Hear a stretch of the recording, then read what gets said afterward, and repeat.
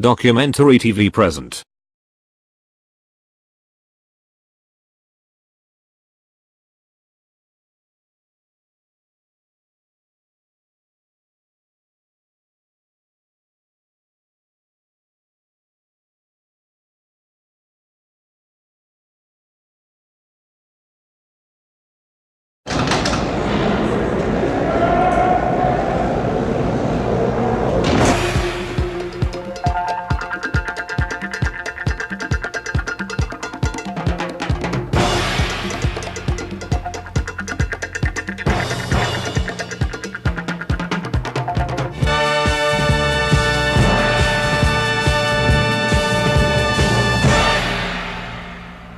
Florida State Prison was built in 1960, and inside its walls are almost 1,200 inmates, most of them under maximum security lockup. Outside the prison, in between the rows of fencing, guard dogs patrol. Inside, all visitors and employees are screened by modern electronic metal detectors. Security is tight because inside this prison are the murderers and rapists, men who have committed the most heinous, atrocious acts against their fellow men. Men considered the worst criminals in the entire system. Over 100 of them have 25-year mandatory sentences. Many have life sentences. 146 are on death row. Their penalty is the most final, death by electrocution. Robert Austin Sullivan, R-Wing, or death row's longest current resident, convicted November 1973 of the robbery and murder of Donald Smith. Smith, a Howard Johnson's restaurant manager in Homestead, Dade County, Florida. His body was found by two hunters in a remote marshy area in the western part of Dade County. The body was face down with his hands bound behind his back with white surgical tape. There was a large wound to the back of the victim's head. I'm 32 years old. I was convicted of first-degree murder when I was 25 in 1973 in Miami. The charges that I am accused of is a robbery murder of a Howard Johnson's restaurant assistant manager.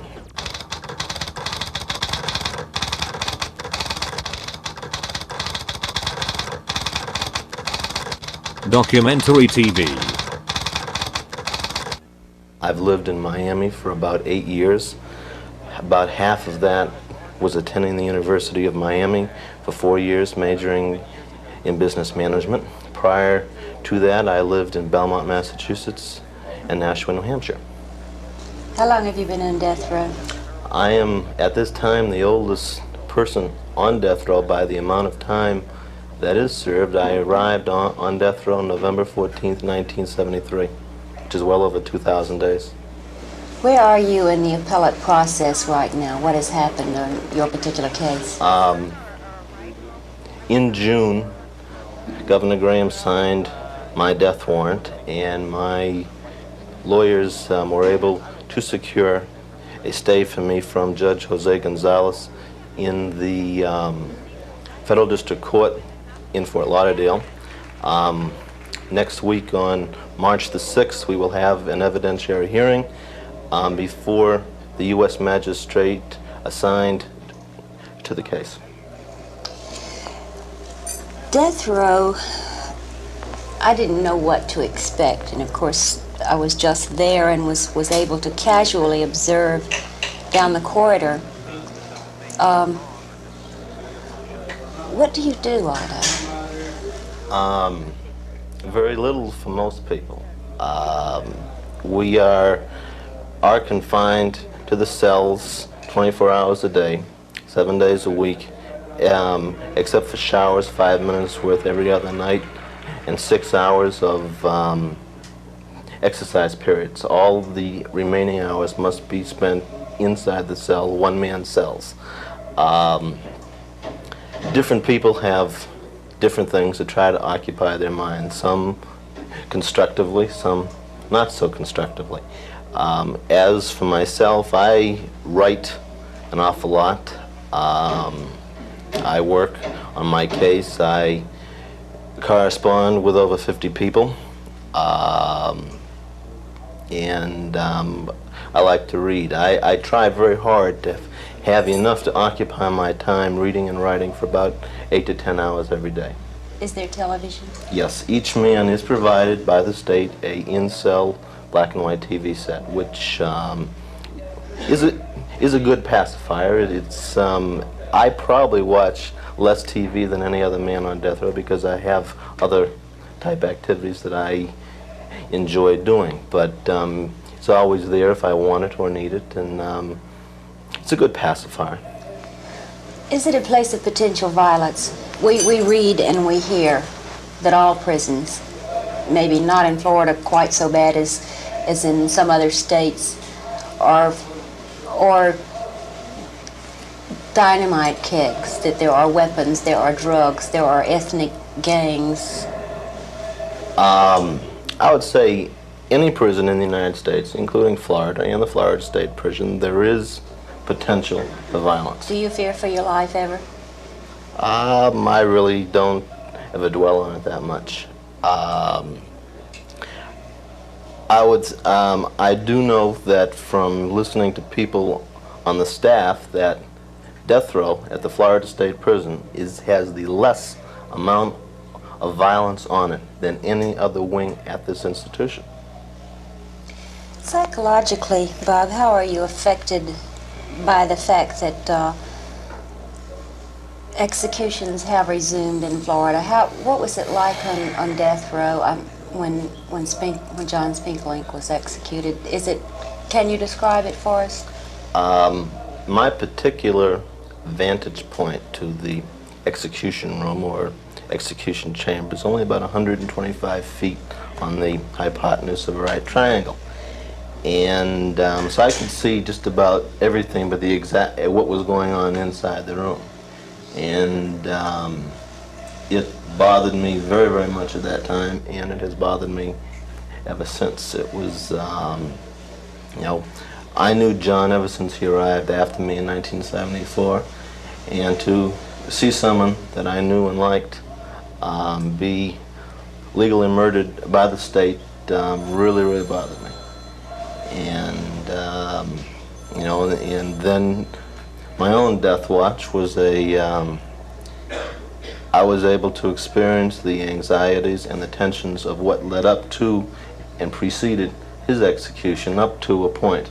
I didn't have to go through the final hours per se, but it's a mind-bending experience. I think that all people, whether in prison, out of prison, or whatever, whether they approve the death penalty or disapprove the death penalty, it is a grim encounter to come up against it. You have come so close. The people on death row, what would they say is a better way? We're not here to judge anybody or condemn anybody, certainly not to convict anybody. But for those people who have been given the death penalty, who have been convicted of taking another's life, what should society do? Okay, well, one of the main arguments of the death penalty is that it will potentially deter other people from committing crimes. Do you think it will? Definitely not. Looking at it in the abstract sense, most people who do commit crimes do it under one of two sets of circumstances. One is a passion type emotional thing, and that is a spur of the moment thing, and no penalty whatsoever will enter into their minds. The other area are people who don't think they're going to be caught, and I have never known anyone who doesn't think he's going to be caught. The end result will not deter them from anything. Therefore, the whole principle of capital punishment, as postulated by the politicians, is a total sham. A farce. That's a farce, unbelievable farce. It's a cheap way for the politicians to appease their constituency that they're doing something about crime. But the way to get crime is not after the fact, but before the fact. And that's the only way that you will get to deter crime, not by some abstract punishment that people don't think they're ever going to get. Looking at John Spinklink's execution, what purpose did it serve? man was legally murdered. The murder rates in Florida immediately after that and the quarter after that rose. I would think with all the media exposure that that execution drew, and I don't think it'll ever be that great again, if there was going to be a effect that the politicians are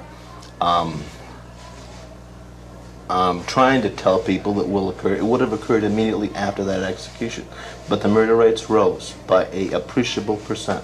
I believe in Miami they went up something like 13%, which to me is a large percent.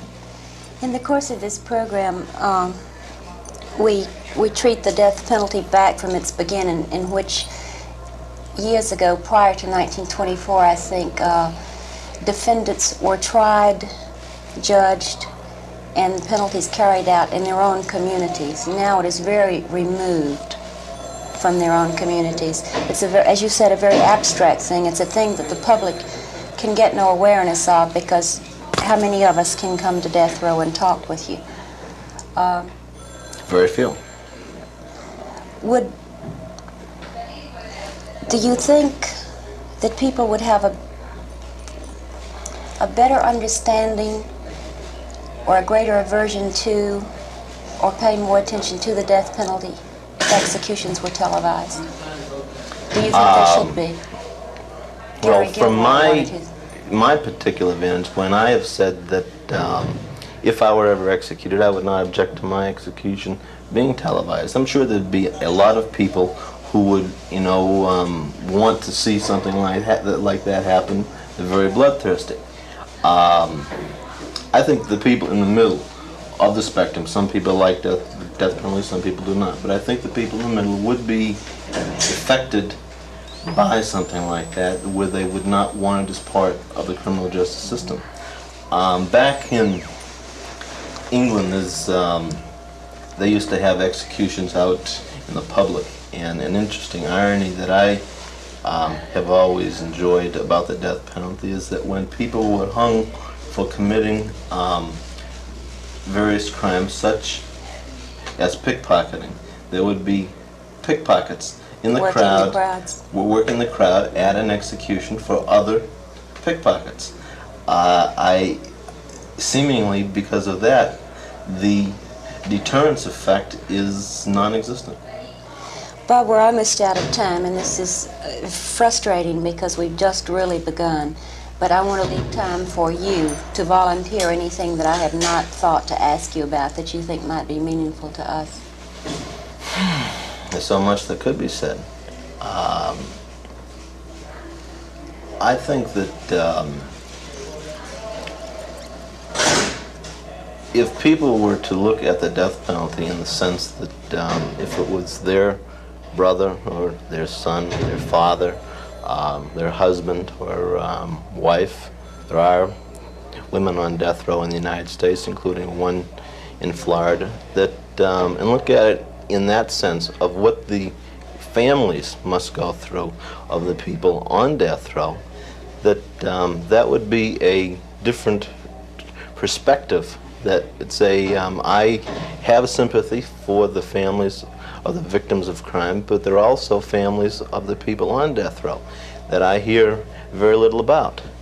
And it's a long, tortuous ordeal for the families of people on death row to keep coming here and going through the ups and downs of the criminal justice system through the Documentary years on death row. TV. And I would hope that they might consider it in that vein.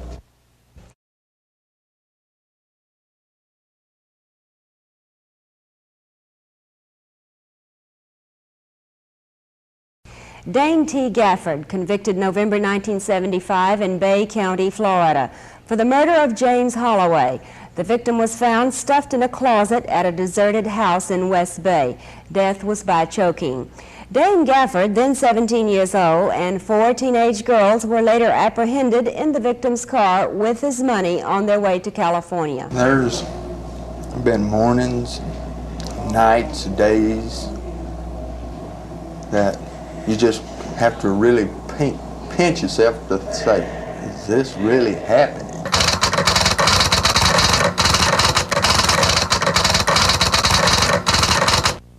he expressed many times to the jury that I wouldn't even die in the chair.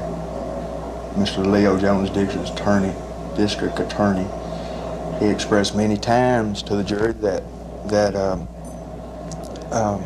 I would probably never die in the chair because at that time they didn't have it. And but in July, around July the 2nd, I think they brought the chair back in '76. I'm faced with it now. I wonder if the chair would have been there in '75, if they was planning on using it in '75, would my jury ever gave it to me? Because Where are you now, Dane, in the appellate process? Where do you I'm stand? still in the Florida Supreme Court. I've been in there, be 4 years in October. What is life like for you on cell block R? Is that It's R-Wing. R wing? What is it like? It's hard to explain. Many people's asked me in letters and stuff, and it's just hard to explain. I mean, How do you pass the time? well, when I first got here, I only got letters from family and friends. I started putting my name in other pen pal, but most of the time, if you tell people you're on death row in a letter, they don't write back. And I say 85% of them won't write back. Why is that? They're scared. Scared of you? They or- don't understand it. Uh-huh. And I mean, but the best people I write right now are in prison in different states. I've confessed my sins. I've become religious.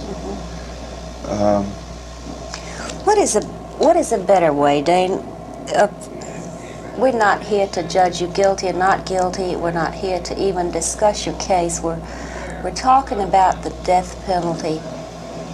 If you were not in prison, if you were not on death row, and you read and you heard about the crime rates today, and you've been here now, maybe you know a better way.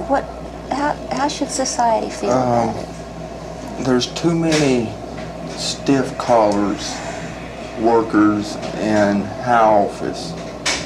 I mean, like judges and stuff.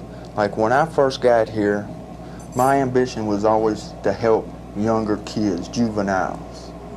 And I wanted to try to tell them,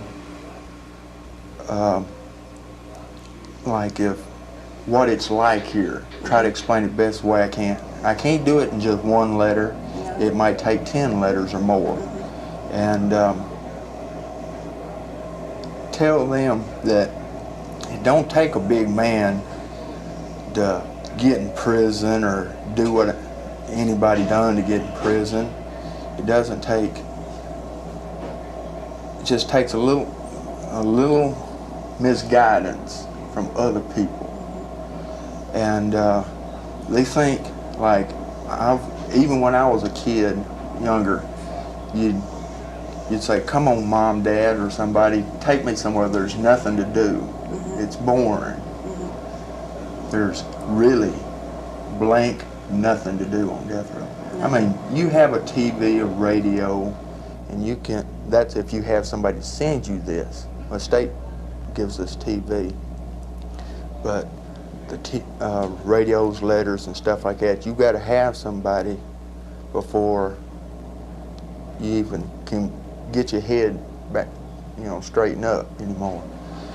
And How did you feel when John Spinkelink, what was it like in the cell block then? sad. A lot of people was quiet because right after the execution, I mean, everybody hollered and let John know we had support for him. We was trying to give, we can't do nothing. I mean, there was nothing a person could do, inmate. But Dane, people who are watching us now, or when this goes to air, are going to say, You know, with the crime rate like it is now, if things were turned around, you could be a victim yourself. Yeah. If you were outside. Everybody's potentially a victim. What is the answer to all of it?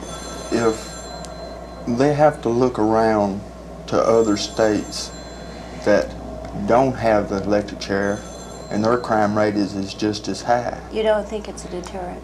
No, ma'am. I think if somebody is downright guilty and they give them the chair, it's wrong. It's still wrong, because killing him ain't gonna solve nothing. It ain't gonna solve. It might solve having him back out on the street, but what's gonna solve the guy that's fixing to come in to take his place?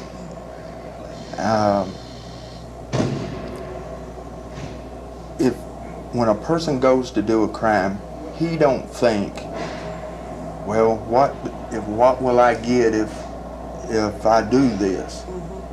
Because it's a split notion thing when you do anything. Try like getting up in the morning. Your first idea is to raise up. That's about the same thing with crime. Are you saying that it's a moment of passion that you... it's not anything you think about? It's nothing. You don't even think about the time part. About getting caught? No. You don't. All you think about, what am I going to get out of it for myself? You don't think of how much time you're going to get, if you're going to prison or nothing like that. There ain't nobody here can say that I know I was going to get caught. And Is life dangerous on death row? Are there weapons? Are there drugs? Do you ever feel that your life is in danger? No. Every guy back here is all fighting for the same thing, and that's to get off death row. Is there a closeness among you because of this? We have some weird, off the wall sense of humor back there, and like anybody from the streets come in and hear us, some of the jokes we tell, they'd really think we's crazy, cause some off the wall stuff. Like what have you got to lose? But that's all we have. And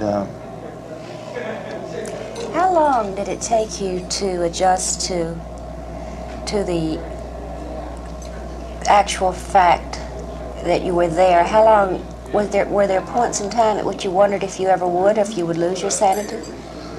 There's been mornings, nights, days that you just have to really pinch yourself to say, is this really happening?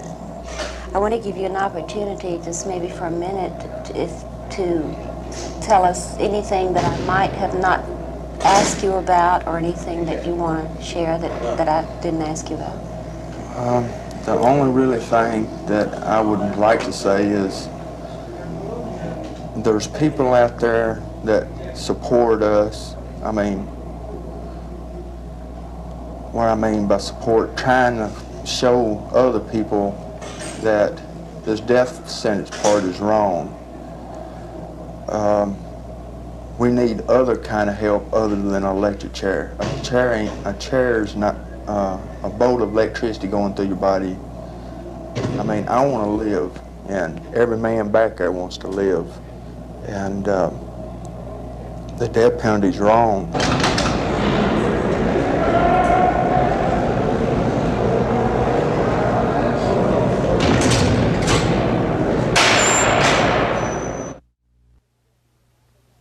Dennis Manford Whitney, now 37 years old, has been in Florida State Prison 20 years, longer than any current prisoner.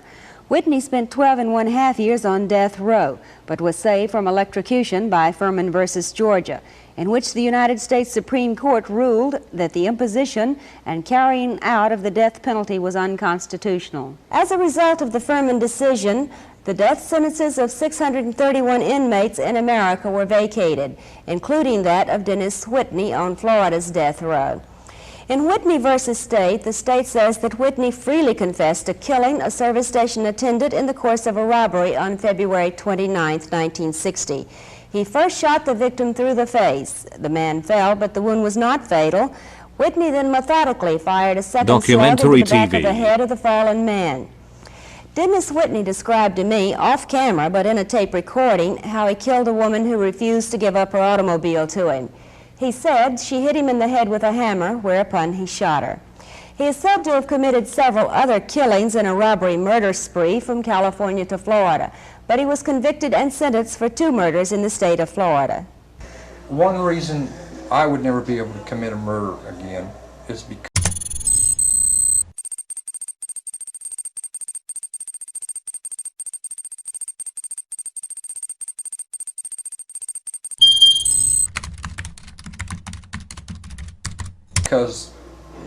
I've realized that it's not a single solitary act.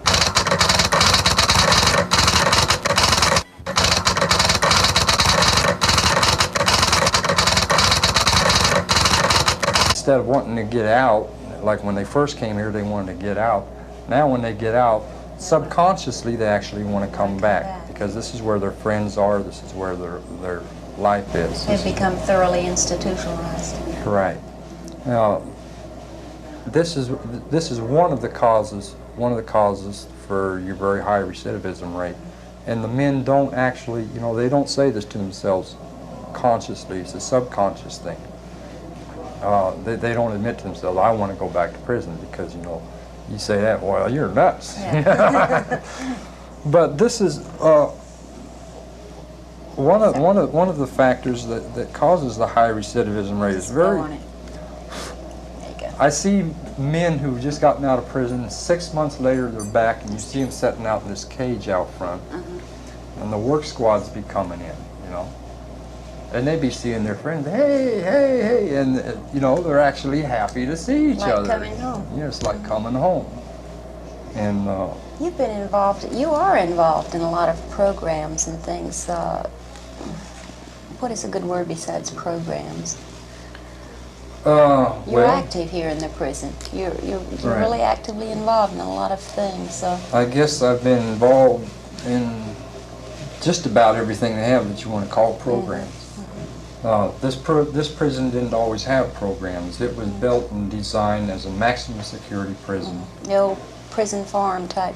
Right, and it was built strictly for your incorrigibles, your violent criminals, your high escape risk and everything. But the problem is they built a prison to hold 1,000 inmates, and you don't have that many men who need to be in a maximum security prison. How long were you on death row, Dennis? 12 and a half years. That many years? Well, now for a little over 12. I come on death row on July 1st in 1960, and I got off death row in September '72 behind the Furman versus Georgia decision. Total confinement all that time? Right, 24 hours a day confinement. How'd you keep your sanity? By keeping my mind active. Actually, death row was a good experience for me since I didn't get executed, because it gave me the time and the opportunity to reflect and to study, to try to understand myself as to how did I get here. How old were you when you were convicted? 17. 17. And so I spent most of my time on death row reading and studying. I also developed a natural talent I had for art, and just keeping my mind active. It drives a lot of men batty because they don't know how to occupy their time. Fortunately, I was able to. I have an active mind. But it had a lot of effects on me which I didn't appreciate until I got off death row. I had become, as a man becomes institutionalized to a cell, I had become institutionalized to a cell like a man becomes to a prison. I become attached to that 24-hour confinement. And when I got off death row and got out in this population here, it was quite an experience. It took me about a good year to adjust and be able to function just in this prison. With other people? Yeah, after being confined in that one cell for 12 years. It was a tremendous adjustment for me to come out of that into this population. And so, you know, I can imagine what it's going to be like when I come out of prison into the society world. after 20 years. You know. Dennis, having been on death row and now having been in the general population, what, for how many years? 8 years now. right? Death row 12 years, out in the general population for 8 years, and now having become very active in all the things that you do and being a useful member of the society here in the prison. Tell us, if you will, your thoughts on the death penalty. The executions have started again. Of course, there's 146 people up there. Is there a better way?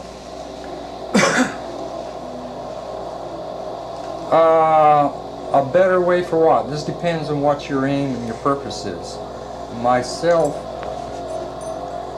if we are truly a civilized society that's based on Christian humanitarian principles, there is no place for capital punishment. The only way I could bring myself to accept capital punishment, and I would not support it for this reason, but at least I could accept it, is if we are honest about what it is. Be honest about what we are doing. And capital punishment is nothing more or less than vengeance. You have hurt me, so I am going to hurt you. It's an eye and a tooth for a tooth. Otherwise, there is no social redeeming value to it. Some people try to rationalize or to excuse it saying deterrence.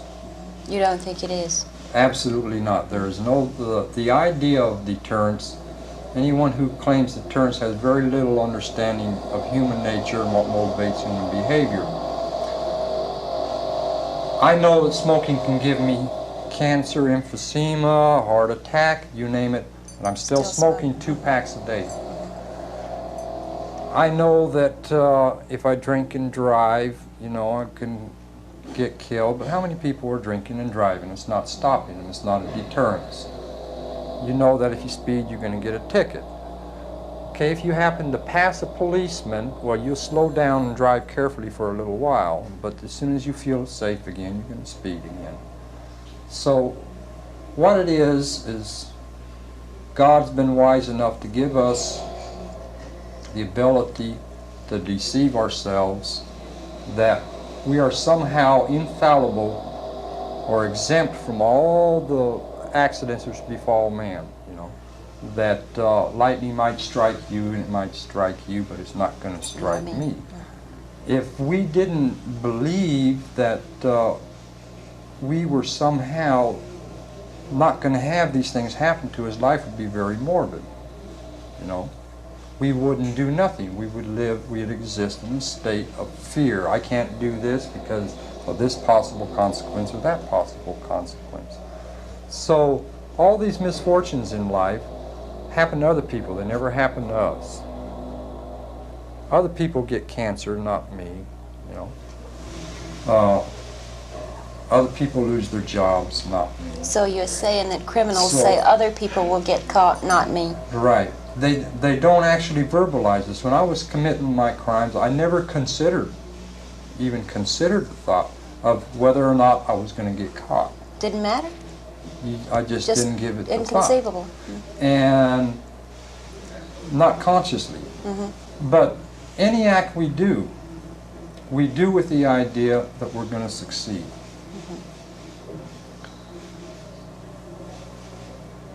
Anything we do, whether it's legitimate or illegitimate, a positive or negative act, we do it with the idea psychologically that we can succeed in doing it.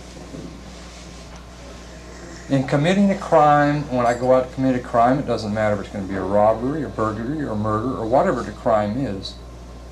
Subconsciously, I'm doing it with the idea that I'm going to succeed. I'm going to get away with it, not with that I'm going to get caught.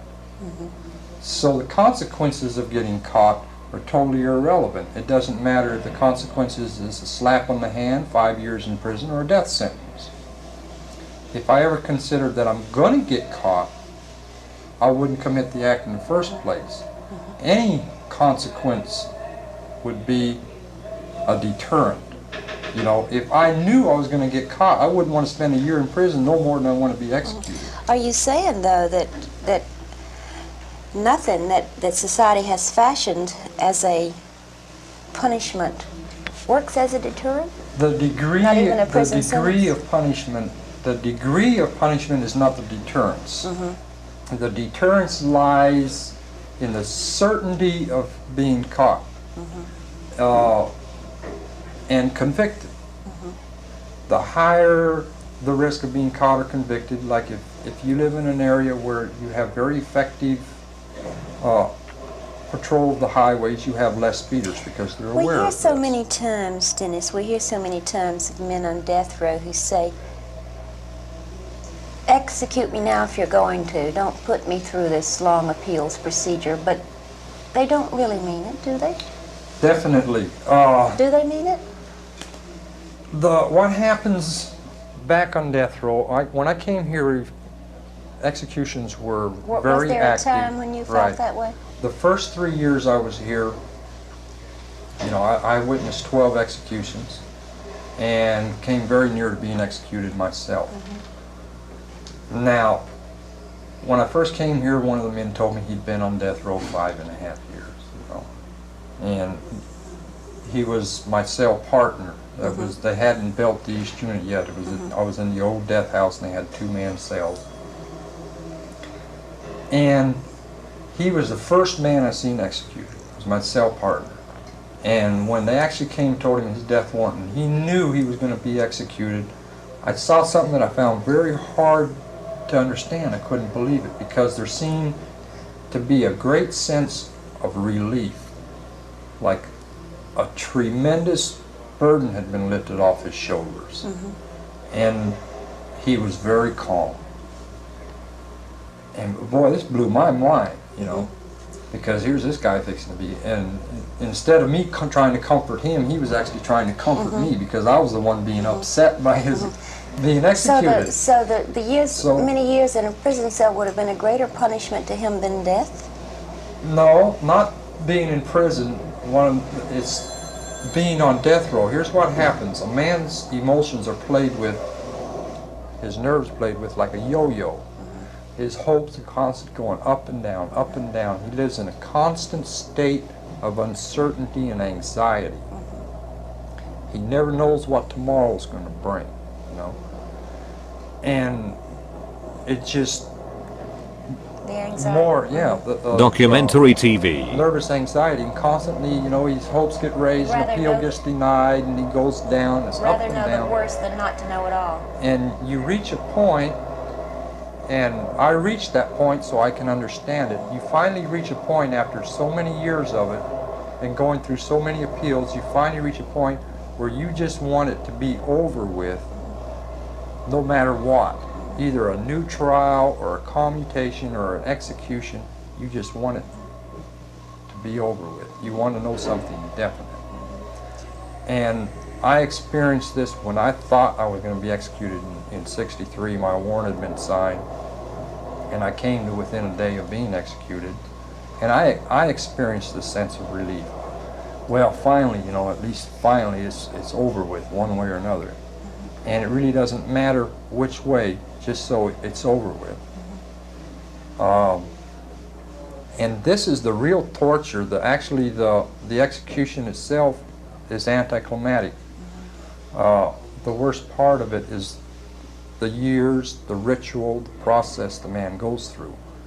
That perhaps is even more inhuman than the execution itself. In Florida in particular now, Dennis, controversy rages, in particular since the Spinker Lake execution, over capital punishment. And for those people who oppose capital punishment, there are those who say, but what do you say to the family of the victim? This argument. Help us with that. Help us to. I think the victims of crime, not only of capital crimes, but of all crimes, are double victims. I think they're very badly neglected and ill-considered by our judicial system, The victims. by our society. All the focus is on the criminal himself. And often the victim is victimized by the judicial process, so he becomes a double victim. I think we need to give more consideration to the victims. Society has a responsibility too, and I think some responsibility should be placed upon the criminal to be reimbursed where possible. Of course, in cases such as murder or rape, there's no way of making compensation or You can't, reimbursement. One reason I would never be able to commit a murder again is because I've realized that it's not a single solitary act. You know, when I kill you, that's not the end of the act. The ones who really suffer and continue to suffer are the living. Your family, the people who knew you, the people who loved you, who depended on you. I have hurt them even as much, if not more, than I've hurt you when I've killed you. They're the ones who truly suffer. So even if you deserve to die, you know, maybe you've done something that maybe I have a valid, I can rationalize and say, well, you've done something enough to me that you deserve to die. But by killing you, it's not just you, it affects hundreds of people. So it's not isolated. I never appreciated this before. I've just come to appreciate this. That there are consequences far beyond the single solitary act where many people suffer. And I think for this same reason is another reason we shouldn't have capital punishment. We heard that from one defendant When today. you execute me, you're not really punishing me. No. You know, because when I'm in the grave, I feel no sense of loss, no sense of suffering. I don't. You're not hurting. I'm not being hurt, but the living are. You know, my family People who love you. love me just as much as the families of the victims love them. And I don't think by executing me, you are lessening their suffering any or their loss any. It does not make the dead any less dead. And it doesn't lessen the suffering or the loss of the living any. We So have instead of, you know, having an answer to the problem, you're actually compounding the problem. have any hopes of getting out? Eventually, yes, I hope to get out, and I hope to get out much sooner than they're talking about. They're talking about letting me out in '96 right now, another 16 years. Do you think you can function on the outside after that many years? It would be very difficult. If I was turned out right now today, I would have a tremendous adjustment problem. The world, you know, has just totally changed in the 20 years I've been out there. And keeping me in here longer is not going to make it any easier. Actually, if I stayed in prison another 15 years, I doubt if I would want out. There would be nothing for me to go out to. Do you think you... There are a lot of people who would say, no, you mustn't let him out now. He's, how many life sentences? You had a life sentence and a death sentence. Right, so now I have 2 life sentences. But can staying any longer make you a better person? I don't think staying in, keeping me in any longer will make me any better person. On the contrary, I'm not saying whether I'm a good or bad person. Let's say staying any longer is not going to help me be any more productive in society. It's going to be detrimental towards that. It's not benefiting society in any way, unless, of course, they feel I'm still dangerous. That's... But just the pure retribution aspect, How could you assure them that you're not? nobody can be absolutely sure. You're going to make mistakes in judgment. The only thing they can possibly judge on is my present behavior as compared to my past behavior, whether they have noticed any change. Well, in 20 years in prison, I haven't committed any violent acts. Everything I've done has been positive, constructive.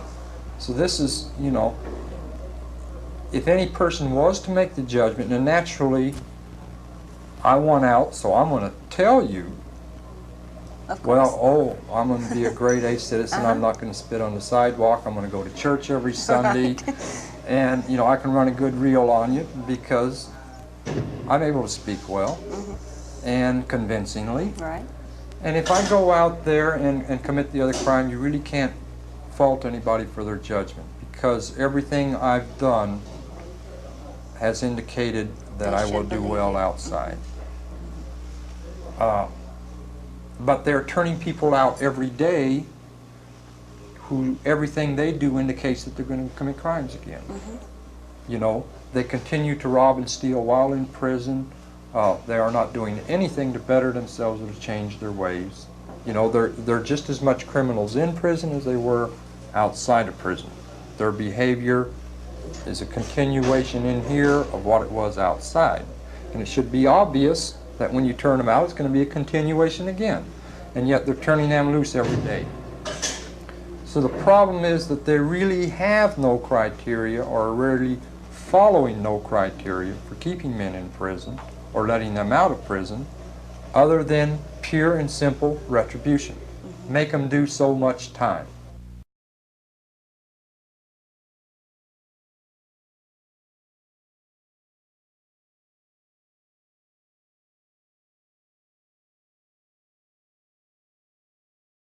Beth, I had really faced the philosophical question of the appropriateness of the death penalty prior to being elected governor. First, as a member of the state senate, I voted to restore the death penalty in Florida. That was the question of whether it was an appropriate public policy or not. Then, as a candidate for governor, I knew that I would take an oath of office that I would enforce all the laws of Florida, including the capital punishment. I would not have offered myself as a candidate for governor unless I was prepared to do so. However, when it came to Documentary the first time, TV. I know it must have been very difficult. Yes, it's like a lot of other things in life when you convert from the general theory of something down to its application in a specific case to a specific human being. It takes on a different dimension. I established in my own mind some standards by which this matter should be approached. One was that we should assure that the individual had received every possible due process in terms of having a trial that met those standards, an appeal, in almost all cases an appeal to the United States Supreme Court. Second, that if there were circumstances that warranted commutation, if there were circumstances that justified mercy, to be prepared to do so. But third, if there were no such standards, that there was nothing to be gained, no ends of justice were served by unending procrastination and delay. And so I would sign death warrants. To date, I have signed 8 death warrants, have recommended commutation in 3 cases. All the inmates we talked with on death row say that the death penalty is not a deterrent, but none of them offered an alternative to capital punishment, even though we kept pressing them for a better way if the death penalty is indeed not the answer. You've heard from many people, I'm sure, since the Spinkelink execution. Does the public still seem to strongly support the death penalty? The polls that you read indicate that there is a strong public feeling that capital punishment is an appropriate social policy for Florida in those cases in which there has been a taking of a life with an opportunity for premeditated thought about the consequences of that. In this article, we dealt with the fact that punishment has been moved out of the community in 1924 when death by electrocution became the law and the Florida State Prison became the location. Prior to that, all punishment was in the community in which the crime was committed. Occasionally, someone comes up with a suggestion that it will not be a deterrent unless the public actually sees it. We're rather far removed from it now. What would be your thoughts on that? I would not favor that. I think that would add another dimension of emotional layer to an already highly emotionalized situation. The reality is that whereas in 1924, when they used to have capital punishment by hanging in the courthouse square of the county in which the crime took place, the means of communication were such that only a relatively few people could see what was happening, although they saw it personally. Today, we have instantaneous international communications, and although even a smaller group of people see it in person, the impact of the event is an international event, as we saw in the John Spinkling case. So in terms of bringing home to people the implications of capital punishment as a deterrent, I would say that it's even greater today in an isolated room in Rayford than it was 50 or 60 years ago in the courthouse square. The inmates that we talk with say that the most brutal aspect of death row is not really the contemplation of the actual execution, and I really pushed hard on this. They say, go ahead and execute me rather than keep me here forever with these constant appeals. Do they really mean it? And they said, yes, indeed, that it's better than, and as one put it, playing with a man's emotions. I don't see any way to deal with the fundamental problem of a long period of time between the trial and the final completion of all judicial remedies. The system provides really four layers of review. You have the direct appeal from the jury finding and sentence through the state system, followed by another appeal through the federal system. Then you have a habeas corpus appeal through the state system, followed by a habeas corpus appeal through the federal system. And the way in which the process has operated in the last couple of years, those last two appeals don't typically start until a death warrant is signed. Are you very bothered by the fact that there are 140 people left up there, and should you serve an additional term as governor, maybe 8 years, that you will have to face the possibility of signing that many death warrants? That is not a prospect that would make any person have emotions other than those of personal concern. Can you cope with it? But I am perfectly prepared to cope with it. The important thing to me is to not think of it as 140 cases, but to think of it as each individual case being judged on its own merits. And that's the process that we've tried to follow. We consider each of these after they have completed their first state and federal appeals, and they have been denied. We have a full review by the State Probation and Parole Commission, then a full hearing by all the members of the cabinet plus myself sitting as the clemency board. At that point, with all that information, with all that judicial record, we make a decision. We'll be prepared to make as many decisions as we're called upon. Documentary TV Plus. If you want a more documentary video, just subscribe on our channel.